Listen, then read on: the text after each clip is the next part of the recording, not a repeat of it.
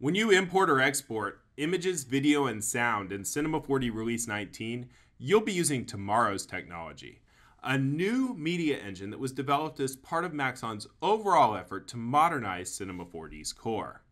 This means that regardless of which format you use, you'll enjoy faster performance, better memory management, and more robust support of the features of each format. Probably the most exciting thing that's come out of this, though, is native support for MP4 video. And that means that Windows users don't need to rely on Quicktime anymore. It also means that you'll get incredibly fast playback of MP4s directly in the interface. There's no need to resave your videos as sequenced images. Now, of course, Cinema 4D plays back images great once they're cached into memory. The real question is, how fast can it cache that image format into memory? Let's go ahead and load a new video so that you can see how well this performs. I'm going to go ahead and load this demo reel, and we'll go ahead and start playback. And you can see that already we're getting near real-time playback immediately on the first load of this video file. Not only that, but we're getting this great playback with all of the fantastic reflections and viewport features that have been added in Cinema 4D Release 19. And of course, once that video is fully cached in the RAM, it'll play back even faster in the viewport. Now, in addition to MP4 import, we can natively export or render to MP4 files as well. And I find this comes in super handy for preview renders. Now, you'll notice here in the render settings that the format options are now under a twirl arrow rather than in a separate modal dialog.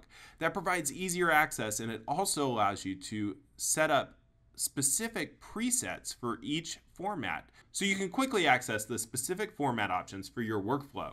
And I think it's really great to be able to quickly export a fantastic looking preview render that's already in MP4, ready to share with clients, upload to the web, or view in virtually any media player.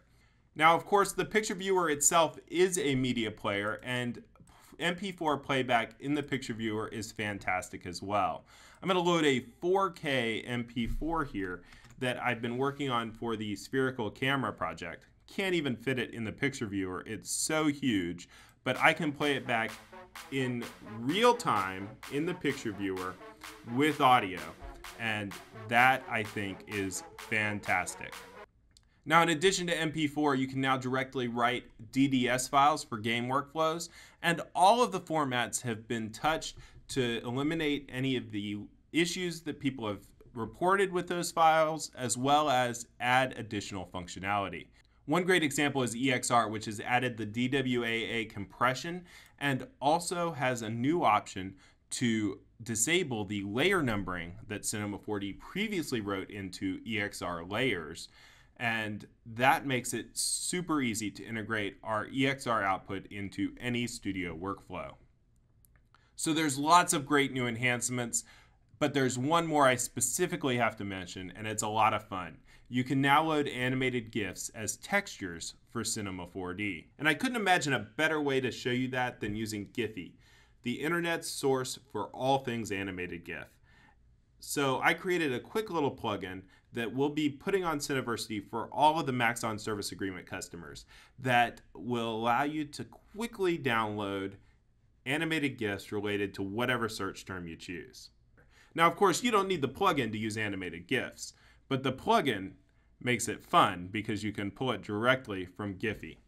And now we have our multi-shader here with all of our animated GIFs set up. You can see that the animation frames are all set up.